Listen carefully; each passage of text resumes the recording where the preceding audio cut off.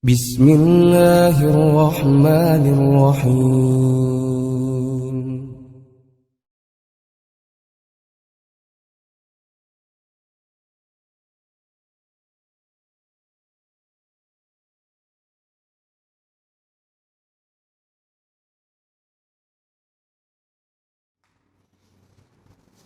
Alhamdulillah, wassalatu wassalamu ala rasulillah wa ala alihi wa ashabihi ajmain. Wa ashadu an la ilaha illallahu wahdahu la syarikalah wa ashadu anna muhammadan abduhu wa rasuluhu amma ba'du. Faqala Allahu ta'ala fi kitabihil karim, a'udzu billahi minasyaitonir rajim. Wa'budullaha wa la tusyriku bihi syai'a wa bil walidaini ihsana wa bidil qurba wal yatama wal masakin wal jari dil qurba wal jaril junub wa sahibi bil janbi wa ibnis sabil wa ma malakat aymanukum innallaha la yuhibbu man kana mukhtalan fakhura. Al-ayah. Ihwatu iman kaum muslimin dimanapun berada, alhamdulillah segala puji bagi Allah yang telah memberi kita berbagai macam kenikmatan, terutama nikmat iman dan Islam, nikmat kesehatan rohani dan jasmani. Mudah-mudahan dari kenikmatan yang Allah berikan kepada kita, oleh kita dimanfaatkan untuk beribadah diantaranya, yaitu mendengarkan kajian online dari PC Persis Bale Endah, merupakan bentuk rasa syukur kita kepada Allah, yaitu menggunakan anggota tubuh kita dalam mendengarkan atau dalam rangka mendengar kajian-kajian Islami yang ada di PC Persis Bale Endah. Mudah-mudahan Allah Subhanahu wa taala menambah kenikmatan kepada kita semua, dan mudah-mudahan kita senantiasa dimasukkan kepada golongan orang-orang yang bertakwa. Amin ya rabbal alamin. Ikhwatu iman rahimakumullah. Pada pembahasan tauhid kali ini, yaitu kita akan membahas secara sederhana atau singkat mengenai Al-Quran surat An-Nisa ayat 36. Allah Subhanahu wa ta'ala berfirman, wa'budullaha, dan beribadahlah kalian kepada Allah, wala tusyriku bihi syai'a, dan janganlah kalian mempersekutukannya dengan sesuatu pun. Wabil walidaini ihsana, dan kepada kedua ibu bapak ihsana, harus berbuat ihsan. Wabidil kurba, dan kepada kaum kerabat. Wal yatama, dan kepada anak-anak yatim. Wal masakin, dan kepada fakir miskin. Wal jari dil kurba, dan kepada tetangga yang dekat. Wal jaril junub, dan tetangga yang jauh. Wasahibi bil janbi, dan kepada teman sejawat atau teman seperjuangan seperjalanan. Wabnis sabil, dan kepada ibnu sabil. Wama malakat aimanukum, dan kepada hamba sahayamu. Innallaha, sesungguhnya Allah, la yuhibbu, tidaklah mencintai atau tidaklah menyukai, man kana, kepada orang yang mukhtalan fakhura, yang sombong, fakhura, dan membangga-banggakan dirinya. Begitulah terjemah dari surat An-Nisa ayat 36. Ihwatu iman rahimakumullah. Ayat ini mengandung yang pertama perintah beribadah kepada Allah, dan yang kedua larangan mempersekutukannya, dan yang ketiga perintah berbuat ihsan. Berbuat ihsan. Berbuat ihsan itu diperintahkan oleh Allah yang pertama kepada ibu bapak, dan yang selanjutnya kepada kerabat, anak yatim, dan lain sebagainya. Ihwati iman rahimakumullah. Hampir di dalam Al-Quran banyak ayat-ayat yang menerangkan tentang perintah ibadah hanya kepada Allah dan larangan mempersekutukannya. Ini artinya bahwa dalam permasalahan peribadahan, dalam permasalahan keyakinan, ini menentukan nasib seorang hamba nanti di akhirat. Dan ini menunjukkan bahwa betapa pentingnya, betapa urgennya bahwa manusia itu harus benar-benar meyakini bahwa Allah itu satu, bahwa Allah itu tunggal, ahadun. Ihwati iman rahimakumullah.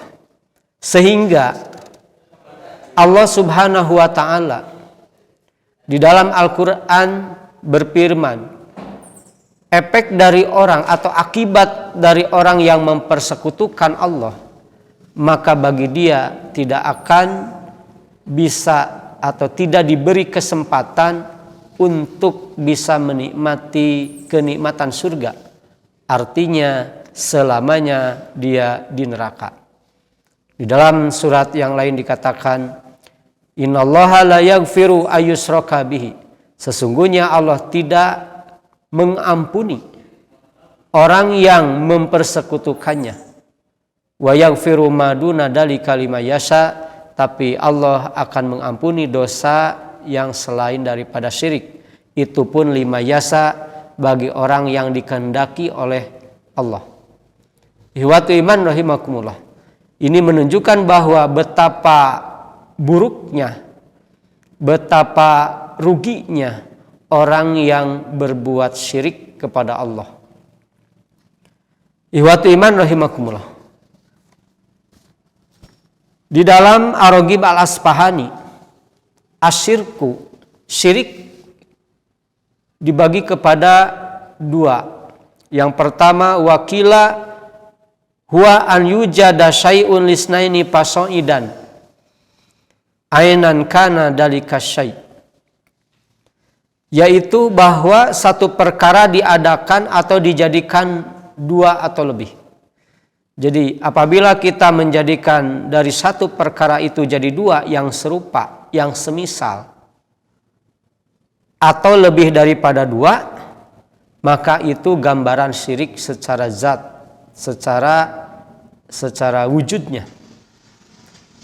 Bagaikan ibaratnya saya punya kunci satu, lalu dijadikan kunci itu kunci yang serupa jadi dua atau lebih dari dua. Dalam istilah kita menduplikat.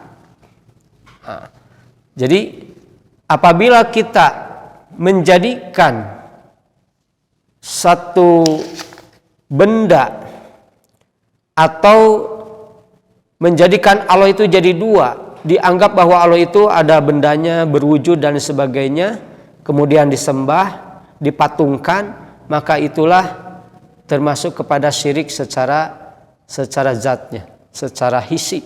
Syirik yang bisa disimpulkan bahwa itu pasti termasuk kepada mempersekutukan. Kita menyembah kepada Allah, tapi kita juga menyembah kepada patung, kita juga menyembah kepada barang-barang yang diserupakan kepada Allah. Itu termasuk syirik.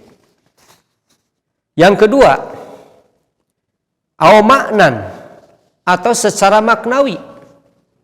Jadi syirik ini tidak membuat sebuah gambar Tuhan atau tidak membuat sebuah patung yang dianggap Tuhan, bukan. Tapi syirik maknawi ini adalah kamusyarakatil insan wal faros fil hayawaniyah. Ini bagaikan seseorang menyerikatkan, menyamakan manusia wal faros dan kuda.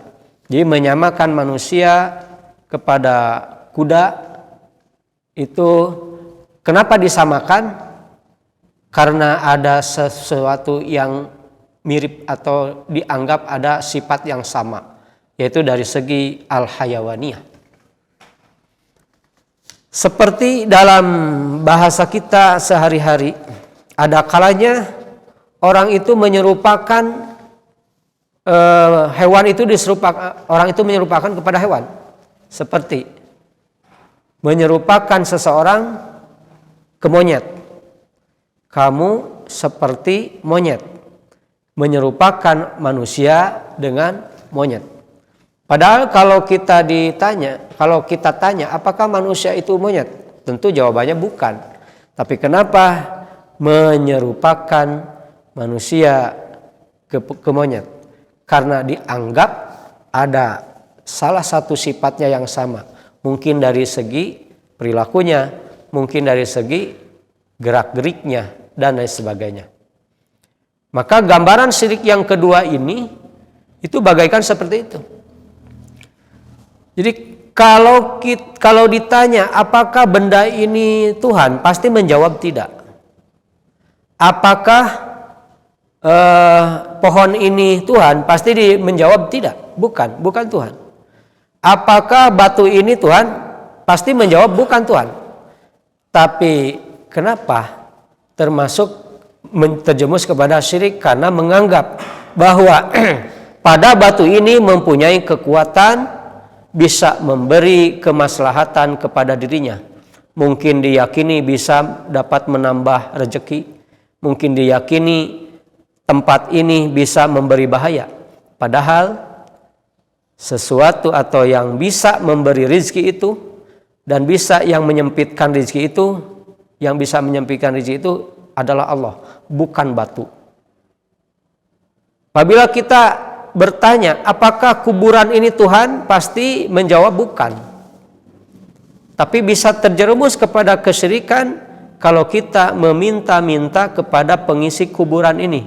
Minta supaya diberkahi hidup, minta supaya digampangkan jodoh, minta supaya dilancarkan rezeki. Padahal pengisi kubur bukan Tuhan. Tapi ini termasuk kepada syirik karena menyamakan sifatnya. Karena yang bisa memberi keluasan rezeki, yang bisa menyempitkan rezeki itu hanyalah Allah Subhanahu wa taala. Allahu yabsutu rizqa wa yaqdiru lima yasha. Hanya Allah lah yang bisa membentangkan, meluaskan rizki dan yang menyempitkannya. Maka hati-hatilah bagi kita supaya kita tidak terjerumus kepada kesyirikan baik secara hissiyah, dohiriyah maupun secara maknawiyah.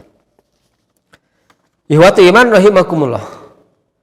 Pada surat An-Nisa ini ayat 36, perintah selanjutnya yaitu wabil walidaini ihsana, dan kepada kedua ibu bapak ihsana, harus berbuat ihsan. Walidaini, kedua ibu bapak harus berbuat ihsan. Apa itu ihsan? Ihsan itu artinya kebaikan. Dalam bahasa Arab banyak kalimat yang artinya kebaikan. Di sini Allah menggunakan kata ihsan, baiknya itu. Ihsan artinya ibaratun an kulli mubhijin margubun pih. Ihsan itu adalah sebuah ungkapan, sebuah gambaran. An kulli mubhijin, dari setiap keindahan, margubin pihi, dari setiap keindahan yang disenangi. Jadi ihsan itu kebaikan. Ihsan yang artinya kebaikan, yang bahasa Arabnya ihsan. Ihsan itu adalah sebuah ungkapan atau gambaran dari setiap keindahan yang disenangi, baru disebut ihsan. Itu secara bahasa. Karena tidak setiap yang indah disenangi. Nah, ihsan itu setiap keindahan yang disenangi. Itu. Dan baru dikatakan ihsan apabila memenuhi 3 syarat. Kebaikan tersebut, amal baik tersebut baru bisa dikatakan ihsan kalau sudah memenuhi 3 syarat. Yang pertama, mustahsanun min jihatil akli. Amal itu harus dipandang baik, dipandang bagus, dipandang layak min jihatil akli, dari segi akal. Dari sebuah amal, sebuah perilaku, sebuah benda kalau dipandang baik secara akal, itu syarat pertama bisa dikatakan ihsan. Yang kedua, wa mustahsanun min jihatil hawa. Syarat yang kedua, mustahsanun min jihatil hawa. Amal tersebut, kebaikan tersebut harus dipandang baik, dirasa baik, min jihatil hawa, oleh hati. Jadi amal tersebut secara akal itu baik, secara hati terasa baik. Yang ketiga, wa mustahsanun min jihatil hissi. Dipandang baik min jihatil hissi, dari segi hissi. Hissi itu anggota tubuh ya, hissiyah. Jadi oleh seluruh badan. Walhasil ikhwatu iman, sebuah amal yang ihsan itu atau sebuah amal itu, sebuah kebaikan baru dikatakan ihsan kalau amal tersebut secara akal itu diterima, secara oleh hati dapat diterima, dipandang baik, dirasa baik, dan oleh anggota tubuh pun itu akan terasa baik, barulah disebut ihsan. Maka dalam ayat ini Allah memerintahkan harus berbuat ihsan itu pertama kali kepada ibu bapak. Jadi ketika kita memberi sesuatu kepada orang tua itu, kalau barangnya itu oleh pikiran orang tua kita baik, tenang, hatinya senang, badannya pun terasa oleh badannya pun baik, barulah itu ihsan. Tapi kalau seperti gini, saya memberi barang kepada orang tua, Pak, Mah, ini ada lumayan, ada sayur. Katakanlah ada sayur daging. Ini buat Mama. Secara hati diterima oleh orang tua, itu senang. Seorang anak bisa memberi kepada orang tuanya, senang.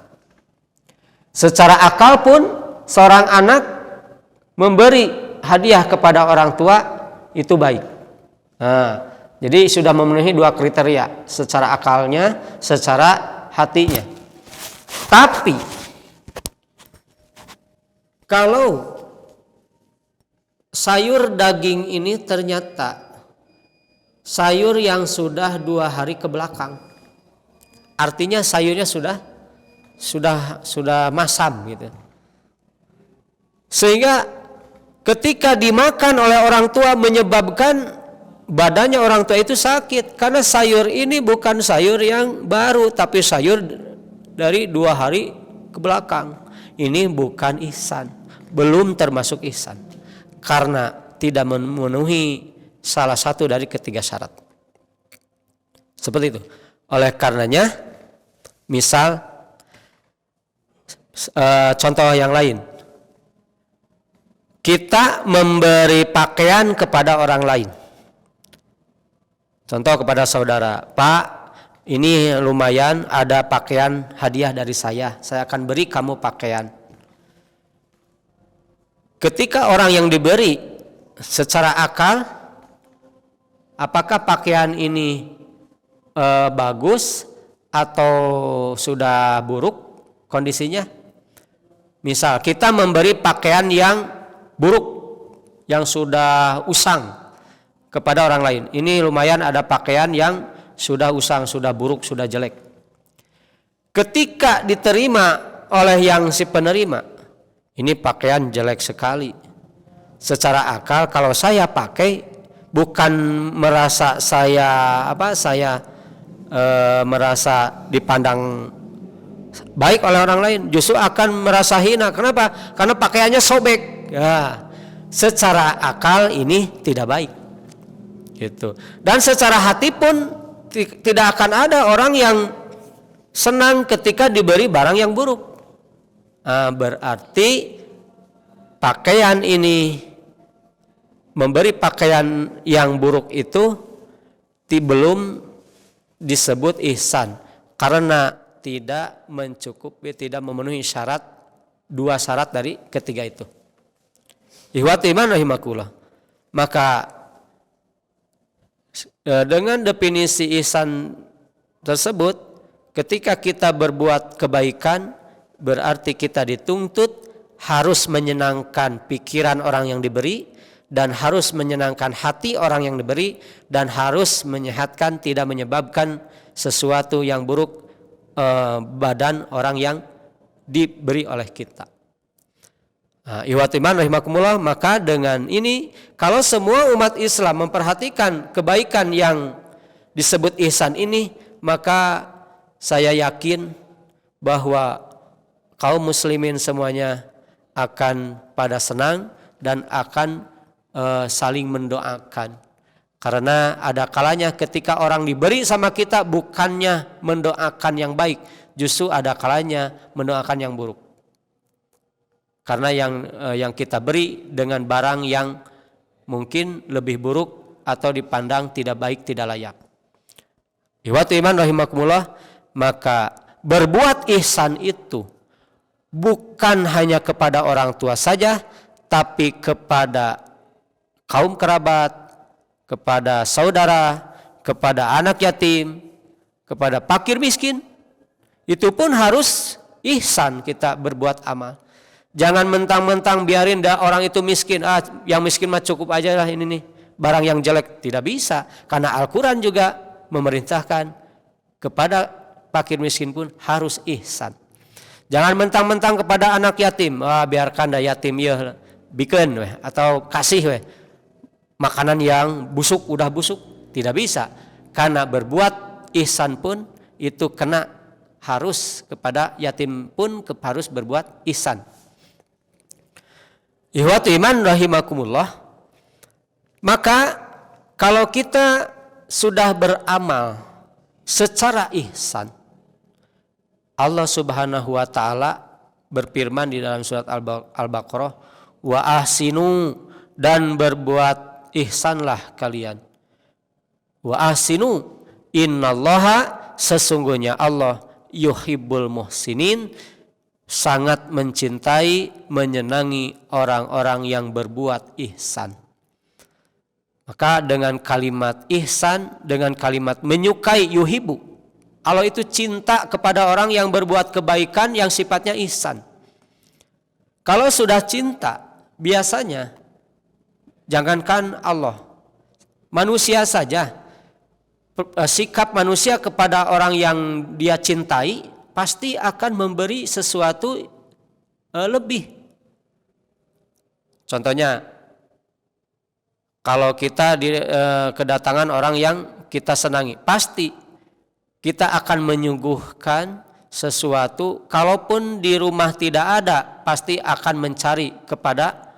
mencari kemana aja. Yang penting kita memberi suguhan kepada tamu. Kenapa? Karena tamu yang datang itu orang yang kita cintai. Tapi kalau yang datangnya orang yang kita benci, maka jangan pun yang ada, jangan pun yang tidak ada, yang ada pun suka tidak adakan. Begitulah kalau Allah mencintai hambanya, maka bisa saja Allah akan memberi kenikmatan-kenikmatan yang kepada hamba yang oleh hamba tersebut tidak terduga. Ikhwati iman rahimakumullah, demikian yang saya sampaikan. Mudah-mudahan ada manfaatnya khusus bagi saya yang menyampaikan, umum bagi ikhwati iman rahimakumullah. Sekian dan terima kasih. Wassalamualaikum warahmatullahi wabarakatuh.